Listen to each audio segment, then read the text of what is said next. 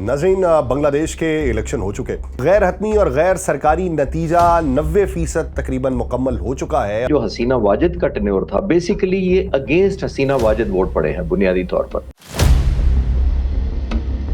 ये एक सही मानों में बांग्लादेशी लोग आजादी चाह रहे थे। लोगों में एक एलिमेंट ऑफ डिप्रीविएशन था कि हमारी सारी पॉलिसी इंडिया डिक्टेट करता है। मेरे उस पॉइंट ऑफ व्यू पे जो मैं कंसिडर करता था, तो मेरा ख्याल ये था कि इंडिया में किसी सूरत पे भी इंडिया को अब बांग्लादेशी लोग नहीं एक्सेप्ट करेंगे, और वही नतीजा सामने आया। बिस्मिल्लाहिर्रहमानिर्रहीम, अस्सलाम वालेकुम नाज़रीन, आप देख रहे हैं सुनो पॉडकास्ट और मैं हूं यासिर रशीद। नाज़रीन, बांग्लादेश के इलेक्शन हो चुके और कल सारा दिन पोलिंग का अमल जो था वो बिला तातुल जारी रहा। इक्का दुक्का वाक़यात जो है वो पुरतशद्दुद रिपोर्ट हुए, लेकिन मजमूई तौर पर पुरअमन माहौल रहा।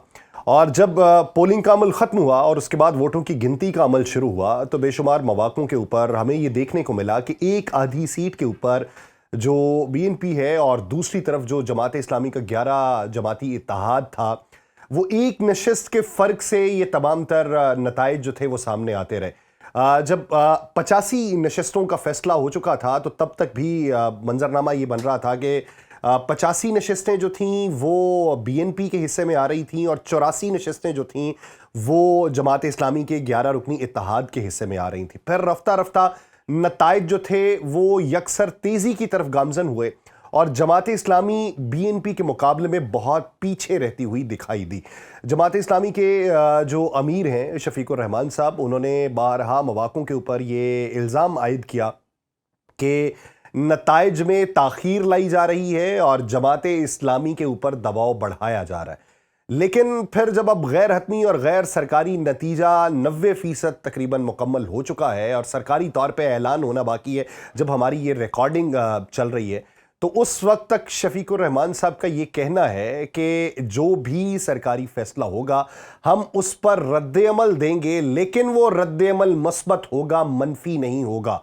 और किसी हद तक जमात इस्लामी ने अपनी शिकस्त जो है उसको तस्लीम कर लिया है। लेकिन ये इतना बड़ा बदलाव क्यों कर हुआ, इसके पीछे के मुहर्रिकात क्या थे? बारहा मौक़ों के ऊपर ये कहा जाता रहा कि बीएनपी जो माजी के अंदर जिसके सरबराह इस वक्त तारिकुर रहमान जो मुमकिना वज़ीर आज़म हो सकते हैं बांग्लादेश के, उनके ऊपर इल्ज़ामात भी लगते रहे। 18 माह की कैद भी गुजारी, 17 साल की जिलावतनी भी गुजारी। उन्होंने जिन उम्मीदवारों को टिकट्स दिए थे उनके ऊपर भी बेशुमार सवालात उठे और अंदरूनी रिफ्ट दिखाई दिया। तो उस रिफ्ट का फ़ायदा जमात इस्लामी के 11 रुकनी इत्तेहाद को होता हुआ दिखाई दे रहा था। लेकिन ये पूरा मंजरनामा कैसे बदला है और मुस्तकबिल की समत बांग्लादेश की क्या होगी, इसी मंजरनामे में बात करेंगे। हमें ज्वाइन किया है दिफाई तज्ज़ियाकार और जियो पॉलिटिक्स के ऊपर गहरी नज़र रखने वाले air commodore retired Khalid Chishti साहब ने। चिश्ती साहब, बहुत शुक्रिया आपके वक्त का। सर, सबसे पहला मेरा सवाल ये है कि ये जो नतीजा आया है, आप समझते हैं कि यही माइंड के अंदर नतीजा था या फिर आप ये समझते हैं कि एक बड़ा अपसेट हुआ है?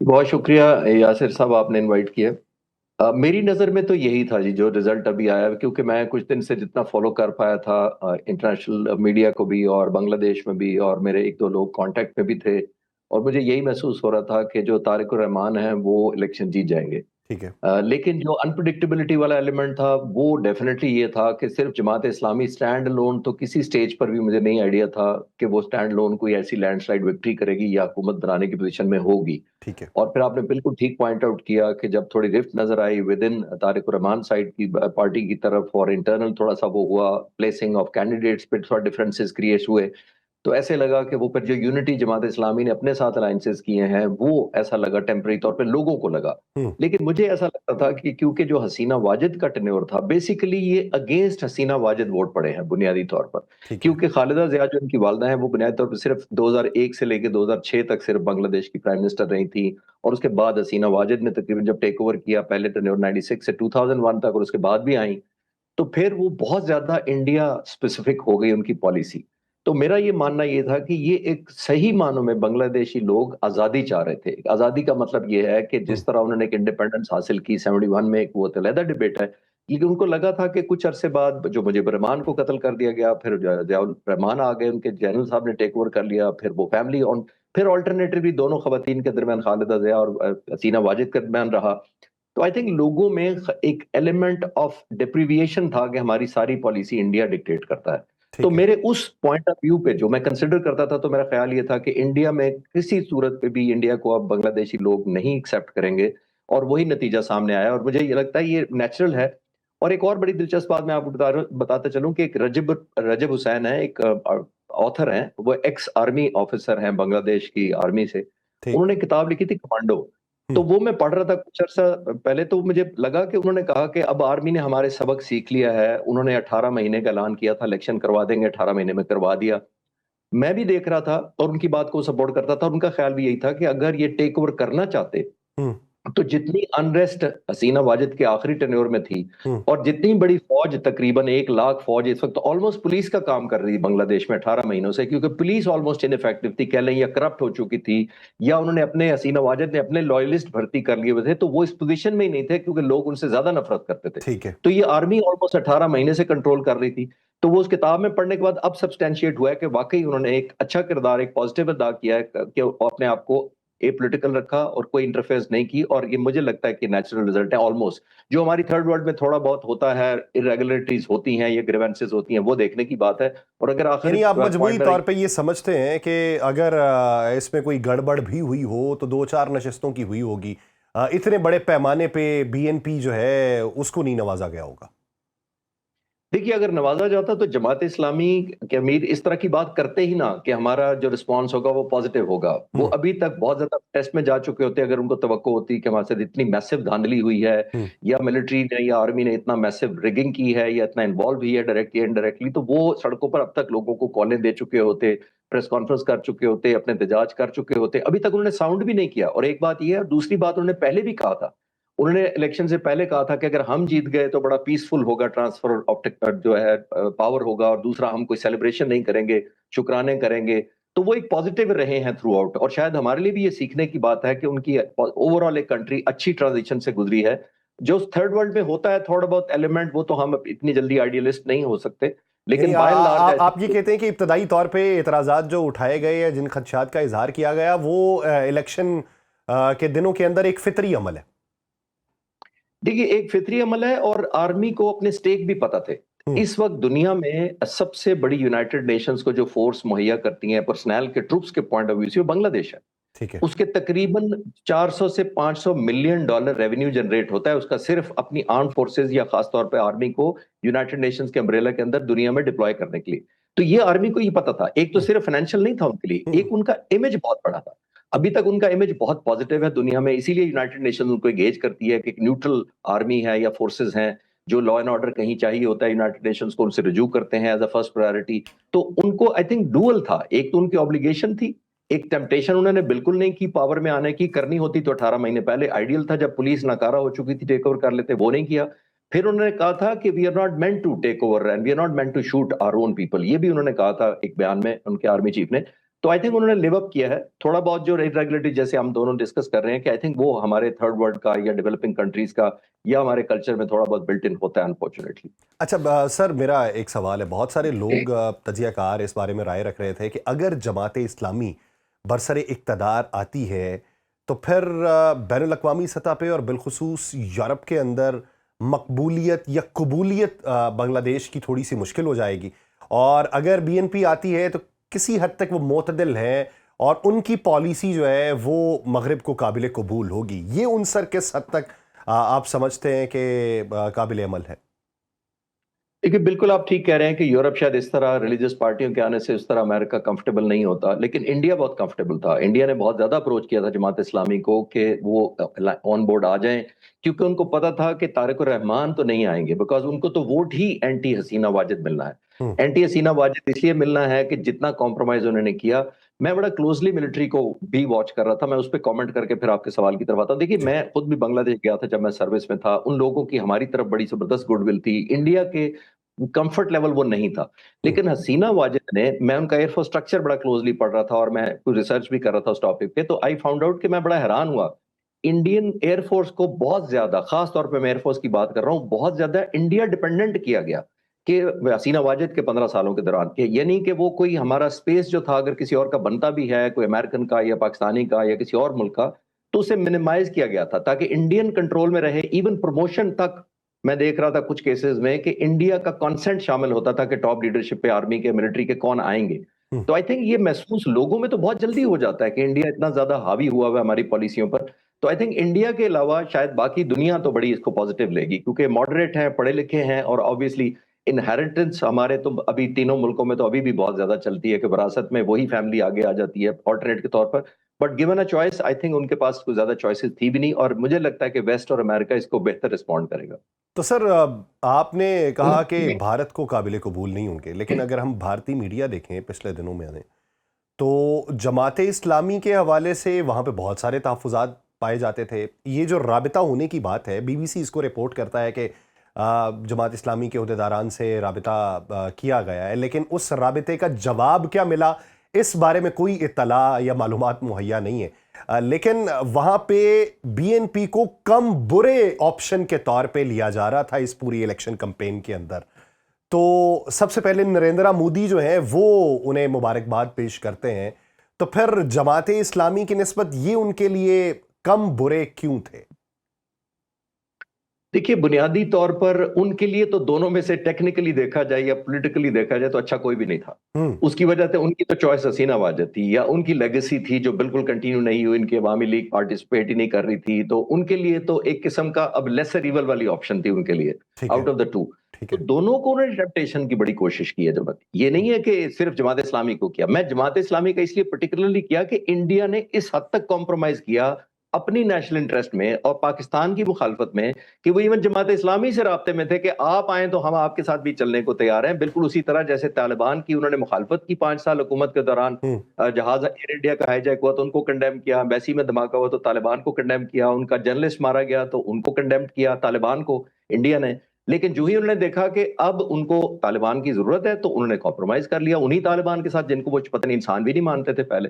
फिर उनको बड़ा फॉर्मल विजिट कराया गया उनके फॉरेन मिनिस्टर को। तो इंडिया देखें अपनी नेशनल इंटरेस्ट में करता है, उसकी जिसको कहते हैं ना कि my enemy is your enemy, अगर हम दोनों कहते हैं हम दोस्त सही। हैं, इंडिया तो उस पर फॉलो करता है। तो इंडिया ने यही वहां पर कोशिश की है कि जो भी दोनों में से जीत जाए, मैं दोनों से कंफर्ट लेवल एक वर्किंग कंफर्टेबल जरूर कर लूं, बजाय ऑल आउट वो प्रो पाकिस्तान गवर्नमेंट कोई ऐसी आ जाए या ऐसी हुकूमत आ जाए। तो सर, आप क्या समझते हैं कि अभी मुस्तकबिल में अगर भारत बांग्लादेशी हुकूमत के साथ ताल्लुकात बढ़ाना चाहता है, और एंटी इंडिया सेंटिमेंट इस पूरे इलेक्शन कैंपेन के अंदर चला और उसके नताइज के ऊपर भी असरअंदाज हुआ, अगर ये ऑप्शन रख दिया जाता है कि ताल्लुकात अगर आगे बढ़ाने हैं तो हसीना वाजिद की वापसी को मुमकिन बनाया जाए, तो क्या फिर आप समझते हैं कि भारत अपने नेशनल इंटरेस्ट में हसीना वाजिद की वापसी को मुमकिन बना सकता है? अबूरी हुकूमत में तो उन्हें मालूम था कि अब आगे आगे जो आएगी उसका अपना तरीका कार होगा, तो ये मुमकिनात में से है ये ऑप्शन? ये बहुत अच्छा सवाल है जी। देखिए, ये डिपेंडेंट होगा कि कितनी हार्ड लाइनिंग लेती है ये जो प्रेजेंट गवर्नमेंट, अगर तारिक रहमान की जो बन रही है, प्रो इंडिया या एंटी इंडिया के सेंस में। अगर एक मॉडरेट रहते हैं तो शायद एक वर्केबल बन जाए उनका। लेकिन मुझे ये यकीन है कि वो पाकिस्तान की तरफ एक बहुत पॉजिटिव रखेंगे एक जेस्चर।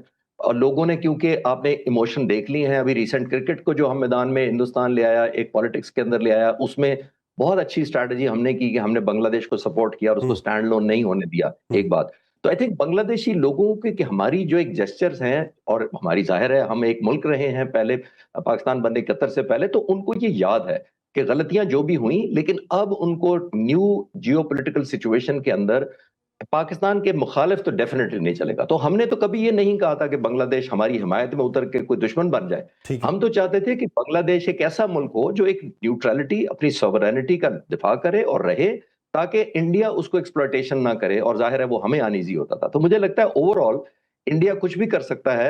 जैसे मैंने पहले अर्ज किया, डिपेंड करेगा कि तारिक रहमान कैसी पॉलिसियां करते हैं, लेकिन ये डेफिनेटली, ये मुझे यकीन है कि ये प्रो पाकिस्तान जरूर होंगे। अच्छा, प्रो पाकिस्तान की आपने बात की, मैं ये सवाल आगे चल के करना चाह रहा था। हमारे एग्रीमेंट्स हुए सर उनके साथ, और बहुत सारे लोगों की आरा ये थी कि अगर जमाते इस्लामी बरसर इक़्तिदार आती है तो डिफेंस एग्रीमेंट के साथ डिफेंस पैक्ट भी उनके साथ हो सकता है, जैसे सऊदी अरब तर्ज का है। अब बीएनपी अगर आ गई है तो मेरा सवाल बिलखुसूस ये है कि हमारे जो डिफेंस एग्रीमेंट हुए, जो उबूरी हुकूमत ने किए, जिसके ऊपर बांग्लादेश के अंदर एतराज़ात उठाए गए कि उबूरी हुकूमत के पास ये सवाबदीद नहीं है कि वो ऐसे एग्रीमेंट करे, अब उनका मुस्तकबिल क्या नजर आता है बीएनपी के होने की वजह से? देखिए, मेरी तहकीक या मेरे जायजे के मुताबिक ये हमें कोई अनकंफर्टेबल होने की जरूरत नहीं है। मेरा ठीक है। ख्याल ये है कि तारिक रहमान साहब के साथ वो सारे एग्रीमेंट जो हुकूमत ने किए हैं हुँ, वो ऑनर होंगे। मेरा मानना ये है कि इंडिया में वो कर ही नहीं सकते, इंडिया के प्रो इंडिया कोई ऐसी पॉलिसी या पाकिस्तान के अगेंस्ट यू टर्न ऐसा करना जो कहें कि ये इंटरिम गवर्नमेंट ने किए थे तो मैं ऑनर नहीं करता, ठीक है। बिकॉज ऑफ पॉपुलैरिटी जो उनको मिली है। हुँ, जैसे मैंने कहा कि चाहे वो प्रो पाकिस्तान उनको वोट नहीं मिला, लेकिन एंटी इंडिया जरूर मिला है। ठीक है। तो जब एंटी इंडिया मिला है तो इसका मतलब ऑटोमेटिकली वो प्रो पाकिस्तान बन जाता है। तो हमारे कहने से नहीं बना ये। हुँ, ये उन्होंने खुद लोगों ने डिसाइड किया है कि हमें एक ऐसी लाइंस रहता है। और बाय द वे, अगर पाकिस्तान से कोई डिफेंस एग्रीमेंट होता है तो हम तो ये नहीं कहेंगे कि ये इंडिया के खिलाफ हमने महाज किया हुँ। है। बांग्लादेश अपने नेशनल इंटरेस्ट में अगर कोई एग्रीमेंट करेगा तो वो अपने लिए करेगा और हम उसको सपोर्ट करेंगे, उसकी सॉवरेनिटी को, बिल्कुल डेफिनेटली। तो मेरा नहीं ख्याल कि ये तारिक रहमान जब बनते हैं प्राइम मिनिस्टर तो ये हमारे किसी डिसऑनर करेंगे, किसी अंडरस्टैंडिंग या एमओयू या अंडरस्टैंडिंग को या प्रसूर नहीं करेंगे, बल्कि मुझे लगता है कि और पॉजिटिवली हम इस पे फॉलो अप करेंगे और ज्यादा हमारी बॉन्डेज बढ़ेगी। ये मेरा मानना है। अच्छा सर, जब एक हादसाती तौर पे या मौजज़ाती तौर पे कोई बड़ी तब्दीली हो, तो उस तब्दीली के बाद चैलेंजेस भी बहुत ज़्यादा होते हैं। तो उन चैलेंजेस के लिए आगे बढ़ना, उस पे चलना, वो थोड़ा-सा मुश्किल होता है। अब उसके लिए आपका मुखालिफ अगर तगड़ा ना हो, तो फिर आपके ऊपर तनकीद कम होती है। अगर वो तगड़ा हो जाए, तो फिर आपके ऊपर प्रेशर बढ़ जाता है। अब ऐसी सिचुएशन में आप जमाते इस्लामी को बतौर ऑपोजिशन कितना मजबूत देखते हैं कि जो प्रेशर बिल्ड करके रखे हुकूमत के ऊपर? देखिए, मेरा ख्याल है प्राइम मिनिस्टर जब बनते हैं तारिक रहमान, अगर वो बनते हैं तो आई थिंक सबसे बड़ा तो उनके लिए चैलेंज ये होगा कि 15-16 साल जो हसीना वाजिद की हुकूमत है, हुँ, जो इन्फिल्ट्रेट हुआ है, उनका एलिमेंट ऑफ लॉयल्टी कह लें या ब्यूरोक्रेसी में कह लें या सिविल आर्म फोर्सेस में कह लें, तो ये बहुत ज्यादा उनको, आई थिंक वो उनको न्यूट्रलिटी की तरफ लाना पड़ेगा, नंबर वन, ताकि वो अपनी स्पीड पे डिलीवरेंस कर सकें। ठीक है। डिलीवरेंस का मतलब ही यही है कि जब तक आपको रेजिस्टेंस मिलेगी, चाहे वो ब्यूरोक्रेसी हो, चाहे वो नौकरशाही या कोई ऐसी एस्टेब्लिशमेंट फैक्टर हो जो उनको नजर ना आते हो लोग, अगर वो लोग रेजिस्ट करेंगे तो जाहिर है ये डिलीवर नहीं कर पाएंगे और जाहिर है इनको नाकाम करने की कोशिश होगी वो वाली। क्योंकि बहुत सारे लोगों को एक ऑलमोस्ट कल्चरल डेवलपमेंट उन्होंने बाय डिजाइन इनकलकेट किया है, वो कल्चर हसीना वाजिद ने, प्रो हसीना वाजिद। तो मुझे लगता है कि ये चैलेंजिंग, सबसे बड़ा तो चैलेंज इनके लिए ये होगा पहले। जमात इस्लामी डेफिनेटली कभी स्टैंड लोन बहुत बड़ी पार्टी नहीं रही, एक बात। और नंबर टू, जेन में रखिएगा, उन्होंने कुर्बानियां बहुत दी, कतर की जंग से ऑनवर्ड से लेके बाद में बड़े सेक्रीफाइसेस किए, लेकिन ये याद रखिए कि ये जो परफॉर्मेंस है उनकी, जो सीटों की है, ये हुई है अलायंस के जरिए से, 11-12 जमातों ने मिलकर किया है। और 11-12 जमातें अगर पावर में आ जाए तो अपने सर्वाइवल के लिए इकट्ठी रहती हैं, लेकिन जब हार जाएं तो फिर जिसको कहते हैं ना, the defeat has no head और नो हुँ, ओनर्स ऑफ हुँ। रिस्पॉन्सिबिलिटी, के ये डिफीट किसकी वजह से हुई है, फिर तफरके पड़ जाते हैं, फिर आपकी यूनिटी नहीं रहती। वो फिर यूनिटी, ऑब्वियसली जिसको कहते हैं डिफीट इज ऑर्फन, बेसिकली शिकस्त का कोई बल्दियत नहीं लेता, कर कबूल करता। और अब यही मुझे लगता है कि अगर वो यूनाइटेड रहे तो मेरे लिए सरप्राइज होगा। अच्छा, सर, आप क्या समझते हैं कि बांग्लादेश की एक्सपोर्ट अगर देखी जाए, वो गिरी पिछले कुछ अरसे के अंदर। टेक्सटाइल में एशियन टाइगर्स का एक लेबल लगा हुआ था बड़ा अरसा उनके ऊपर। फिर अब वो अगर देखें तो आईएमएफ वाला मामला देखें, फिर अंदरूनी तौर के ऊपर लोगों को एतराज़ क्या था, ये सब ने जो तहरीक चलाई उनको ये था कि हमारे पास नौकरी नहीं है, पढ़े लिखे अवाम है, नौकरी के लिए बाहर जाना पड़ता है। तो इन चैलेंजेस पर काबू पाने के लिए उनका जो फ्रेमवर्क होगा, क्या वो अगले 2-4 साल में या अगले इलेक्शन से पहले किसी न किसी नतीजे तक पहुंचने के लिए इस वक्त कैपेसिटी बांग्लादेश में मौजूद है? देखिए, इसमें एक बहुत बड़ी डेवलपमेंट अभी हुई है, जो ऑलमोस्ट 2-3 हफ्ते पहले हुई है, जो इंडिया ने साइन किया है ईयू के साथ, जिसको कहा जा रहा है mother of all agreement sign किया है। वो mother of all India, India की फेवर में तो जरूर है, लेकिन वो मुखालिफ किसके इनडायरेक्टली बनता है वो मैं बस कर देता हूँ। देखिए, इन्होंने एग्रीमेंट क्या किया है कि बड़ा डिस्काउंटेड रेट या लो टैरिफ पर आपस में ट्रेड करेंगे यूरोपियन यूनियन के साथ। इंडिया की 1.4 बिलियन की पॉपुलेशन मिल गई है पूरे यूरोप को, और यूरोप बाय डिफॉल्ट जो है वो आप देखें एक्सपोर्ट बेस्ड इकोनॉमी है, वो हम्म, इंपोर्ट बहुत कम करते हैं। हम्म, इंडिया दूसरी तरफ से इंपोर्ट बेस्ड नहीं है, वो बड़ी प्रोटेक्शनिस्ट इकोनॉमी रही है। प्रोटेक्शनिस्ट का मतलब ये है कि वो कहेंगे कार हम अपनी इस्तेमाल करेंगे, हम फर्नीचर अपना इस्तेमाल करेंगे, बाहर से नहीं, इलेक्ट्रॉनिक अपनी इस्तेमाल करेंगे।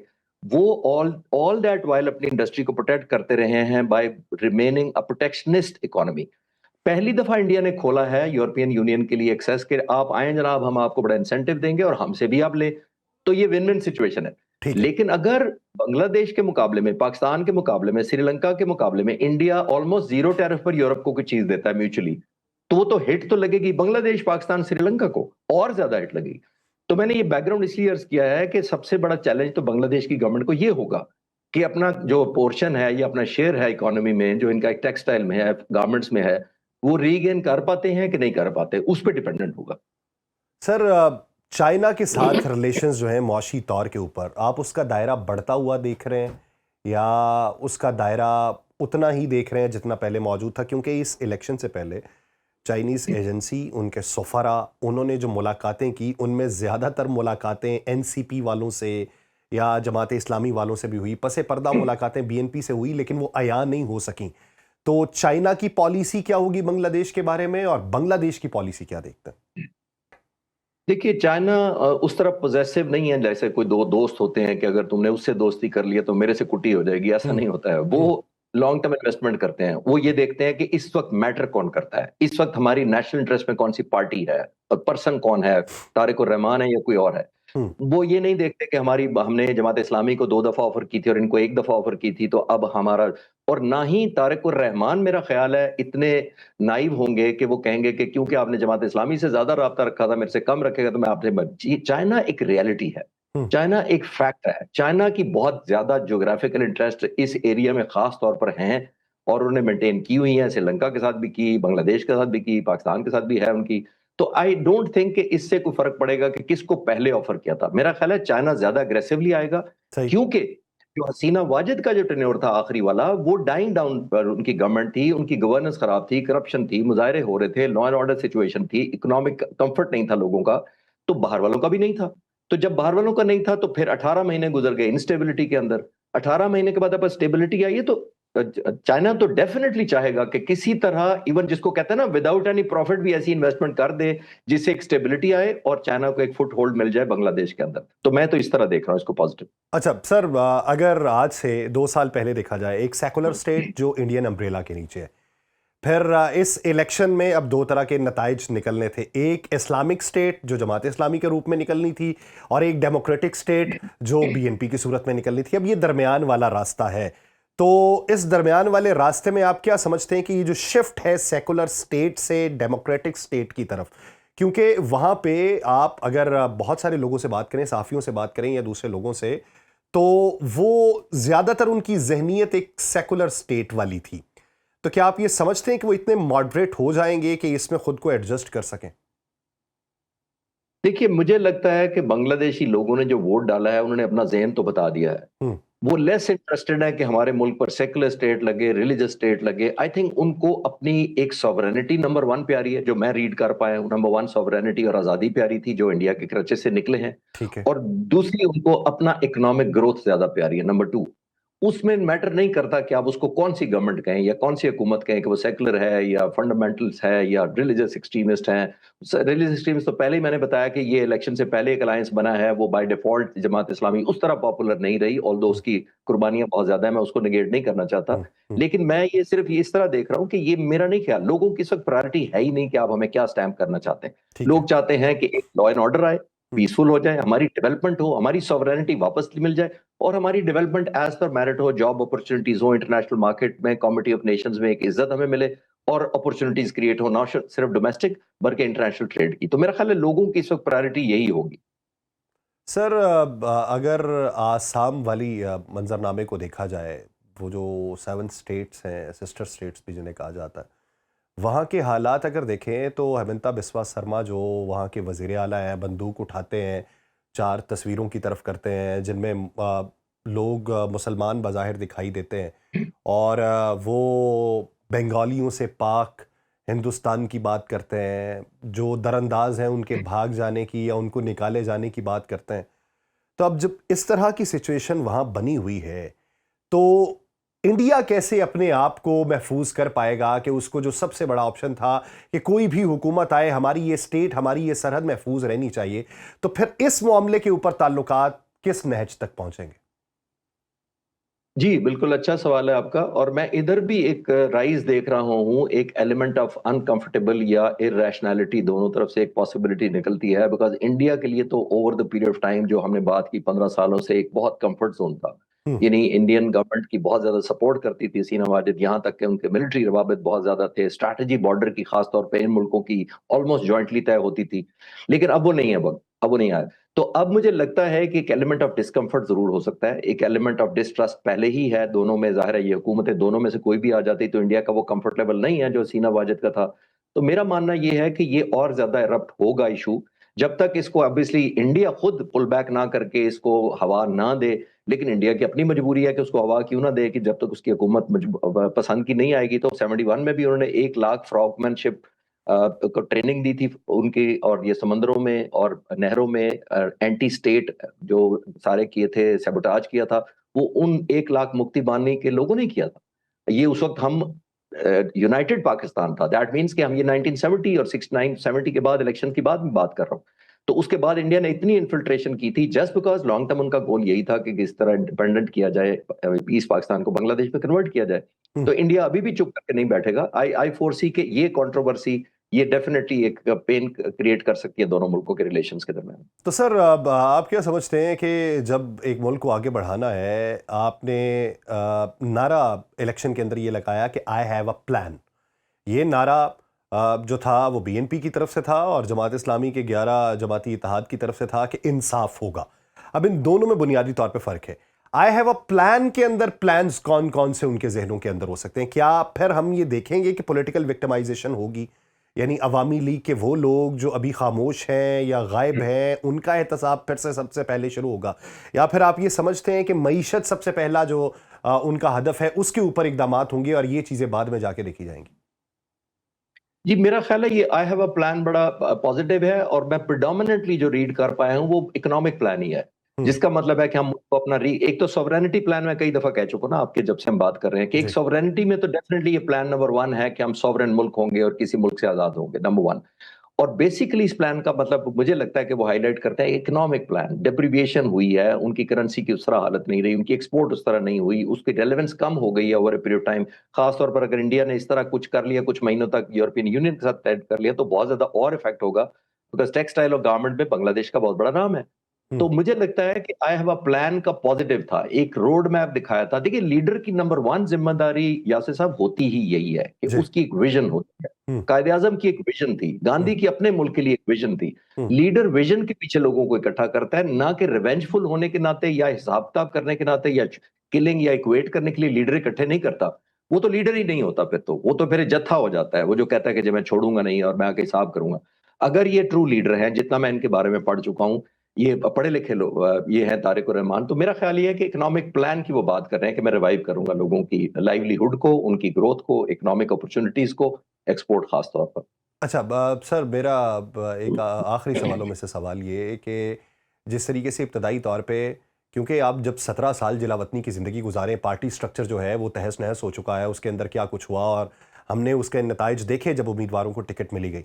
अब जब एक कैबिनेट बनानी है, कैबिनेट में किसको जगह मिलनी है? क्योंकि धड़ेबंदियां नीचे हो चुकी थी, हर कोई ये कह रहा था कि हमारी कुर्बानी ये, आप यहां पर मौजूद नहीं थे, हमने ये किया, हमने ये किया, हमने ये किया।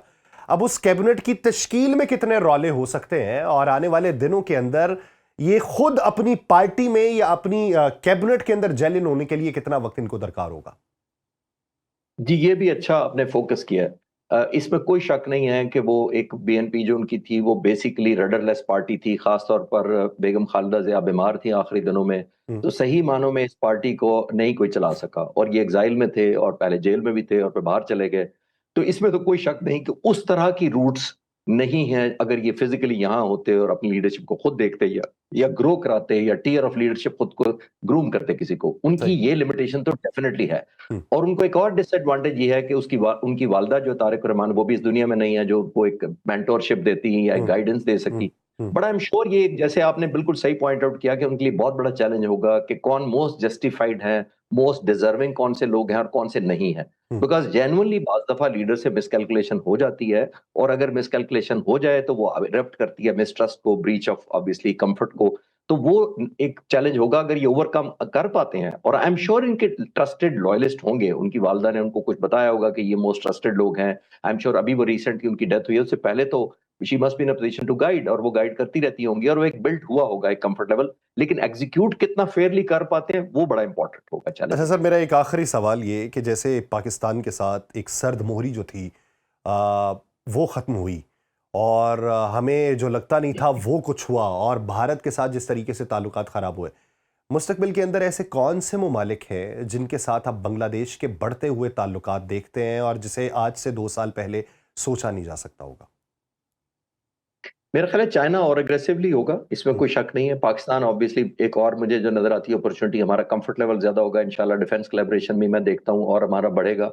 और ये दो मुल्क भी अगर हमारे हो जाएं तो इंडिया के लिए जाहिर है बड़ी अनकंफर्टेबल सिचुएशन होगी। आई एम श्योर रीजनली भी हसीना वाजिद का क्योंकि इतना ज्यादा ओवर फोकस था इंडिया पर, तो अपने नेबरहुड में भी हसीना वाजिद ने कोई अच्छे रिलेशन नहीं रखे हुए मुख्तलिफ मुल्क से, और उनकी वजह यही थी क्योंकि जो हिंदुस्तान चाहता था डिक्टेट कराता था, जो डोमिनेंस चाहता था, बिकॉज वो चाहता था कि जो मेरे साथ सिर्फ कनेक्टेड है वो मेरे साथ ही कनेक्टेड हो विद इन टू नाउ। मैं छोटी सी एक मिसाल दे देता हूँ। जी। ये पुराने जमाने का एक सार्क ऑर्गेनाइजेशन होती थी जो अब कागजों में रह हम्म, गई हुई है, हम्म, हम्म, जो हमने जिसके अंदर हम सारे मुल्क 6-7 मुल्क होते थे। तो हम तकरीबन दुनिया का यासिर साहब 22% हैं सार्क के जो ममालिक हैं, जो जी। हम पाकिस्तान, बांग्लादेश, श्रीलंका, भूटान और इंडिया। तो हम 22% दुनिया के लोग हैं। हम ट्रेड आपस में सिर्फ 5% करते हैं। हम्म, इसका क्या मतलब है और किसकी वजह से करते हैं? श्रीलंका, भूटान की वजह से तो नहीं करते हैं। हम्म, इंडिया इंडिया की वजह से नहीं कर पाते हैं क्योंकि हम्म, इंडिया वो कंफर्ट लेवल विद इन नहीं बनने देता मुल्कों का। अगर मेरी पाकिस्तान की बांग्लादेश से ट्रेड है तो उसको अच्छा नहीं लगेगी। अगर हम्म, श्रीलंका हमारे साथ कुछ करना चाहता है, चाहे वो डिफेंस का हो चाहे हम्म, इकोनॉमिक हो, हम्म, वो नहीं करने देता था। तो आई थिंक ये एक बहुत अनप्लेजेंट 15-16 साल गुजरे हैं बांग्लादेश के, जिसके इंडियन डोमिनेंस का सिर्फ नुकसान बांग्लादेश को नहीं हुआ, हम्म। रीजन को भी हुआ है कि वो कंफर्ट लेवल नहीं, सर कोई भी मेरा मुल्क मेरा थोड़ा सा के इशारा था बैनुल अक़वामी सतह पे, ये बहुत ज़्यादा बातें हुई कि इसके नताइज जो हैं वो मशरक़ वस्ता की सियासत और अरब ममालिक की सियासत के ऊपर भी असरअंदाज होंगे और उनके साथ ताल्लुकात पे भी असरअंदाज होंगे। तो मेरा इशारा ज़रा उस तरफ था कि वो किस किस्म के ताल्लुकात या क्या तब्दीली हो सकती है। देखिए, बांग्लादेश का तो उस तरह सिवाय ट्रेड के तो रेलेवेंस बहुत ज्यादा नहीं बनती। मिलिट्री का मैं उस तरह प्लेस नहीं करता कि वो कोई मिलिट्री कोलैबोरेशन शुरू होगी या उनके, लेकिन डेफिनेटली 17 करोड़ की पॉपुलेशन है। हम्म, हमसे कम हमसे ज्यादा थे वो 71 में, और अब उन्होंने कंट्रोल करके मैनेज किया। वो 17 करोड़ है, हम कोई हम्म, 26 करोड़ पहुंचने वाले हैं। हम्म, तो मैं ये कह रहा हूँ कि बहुत बड़ी पॉपुलेशन, इसमें कोई शक नहीं है। लेकिन इकोनॉमिक ट्रेड तक ही मैं देख पा रहा हूँ। डिप्लोमेटिकली उस तरह इन्फ्लुएंस जिस तरह अल्हम्दुलिल्लाह पाकिस्तान का इस वक्त है या हमारी रेलेवेंस है, हम्म, वो तो नहीं है। लेकिन अगर जॉइंटली बांग्लादेश और पाकिस्तान किसी जगह का स्टैंड लेते हैं, हम्म, क्रिकेट आपके सामने एक हम्म, एग्जांपल है, हम्म, तो हम्म, फिर एक बहुत मीनिंगफुल एक मैनिफेस्टेशन कर पाएंगे हम अपनी प्रेजेंस का और अपनी ओल्ड लेगेसी जो पाकिस्तान हम्म। और बांग्लादेश के दो अवाम की लोगों की है, चाहे वो चाहे वो मिडल ईस्ट हो, चाहे वो यूरोप हो या कहीं और भी हो। तो हम एक ज्वाइंट करें तो आई थिंक हमारे दोनों के लिए विन विन सिचुएशन होगा, हम्म। दोनों के नेशनल इंटरेस्ट बेहतर होगा। यानी मुश्तरका तौर पे हम अगर आगे बढ़ने की हिकमत अमली मजबूत करते हैं तो दोनों ममालिक के लिए बेहतर होगा और ख़त्ते के दीगर ममालिक के लिए भी बेहतर होगा। और हम ये भी उम्मीद और दुआ करते हैं कि बांग्लादेश में जो नई हुकूमत बरसर इक़्तिदार आई है उसको जो चैलेंजेस दरपेश हैं वो उस पर मुकम्मल तौर पे काबू पाए और बेहतरी की तरफ गामजन हो, और उसमें जहाँ भी पाकिस्तानी हुकूमत, पाकिस्तानी अवाम की हिमायत दरकार हो वो उन्हें मुयस्सर हो और मस्बत तौर के ऊपर हम आगे बढ़ सके। बहुत शुक्रिया air commodore retired Khalid Chishti साहब इस हवाले से अपना वक्त देने के थैंक यू। लिए। नाज़रीन, पॉडकास्ट का वक्त खत्म हो जाता है, मुझे दीजिए इजाज़त। आपसे मुलाकात होगी किसी और एपिसोड में किसी और मेहमान के साथ। अपना बहुत सा ख्याल रखिएगा। अल्लाह ने के बाद।